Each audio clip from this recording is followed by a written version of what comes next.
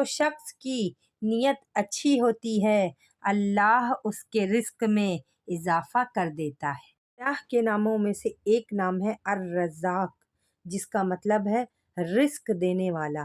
رزق صرف پیسے نہیں ہے، آپ کی سسٹیننس کے لیے جو بھی چیزیں ضروری ہے، آپ کا کھانا، آپ کے گھر، آپ کی فیملی، آپ جو آکسیجن لیتے ہیں اسے رزق کہتے ہیں۔ ہیلدی باڈی، مائنڈ اور دل کا سکون، یہ ساری چیزیں رزق کہلاتی ہے۔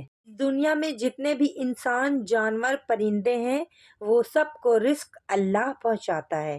کبھی بھی اللہ کے سوا کسی اور سے رزق کی امید مت کریے گا۔ اللہ جسے چاہتا ہے اسے بے شمار رزق دیتا ہے اور ایسی ذریعوں سے دیتا ہے جہاں سے گمان بھی نہ کیا ہوگا۔ اللہ آپ کا رازق ہے، اللہ پہ یقین رکھیں۔ آپ تک آپ کا رزق پہنچانا اللہ کی ذمہ داری ہے، اللہ آپ کا خیال رکھے گا۔ اپنے آپ کو کبھی بھی بڑا نہ سمجھو، کیونکہ اگر اللہ دے سکتا ہے تو لے بھی سکتا ہے۔ ایک رات عشاء یا تہجد کے وقت اس عمل کو جو بھی کر لے گا تو انشاءاللہ صبح ہوتے ہی اپنی مشکلیں اور ناممکن حاجت کو اپنے سامنے پائے گا۔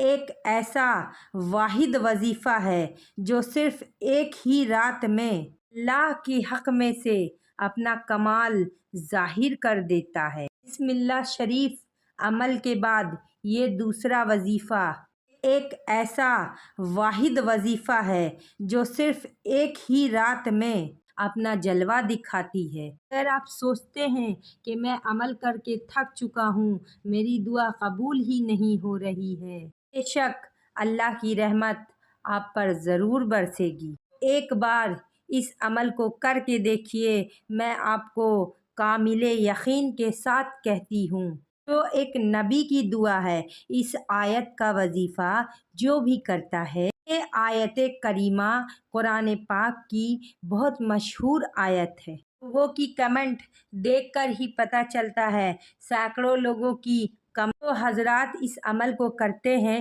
وہ خود بتاتے ہیں کہ ان کو اس عمل کرنے سے کیا کیا فائدہ ہوا۔ یہ عمل آپ کی ہر مشکل کو دور کرنے 100% مددگار ثابت ہو کر رہتا ہے۔ جو بھی کوئی کرتا ہے اس کی جھولیاں کبھی خالی نہیں جاتی۔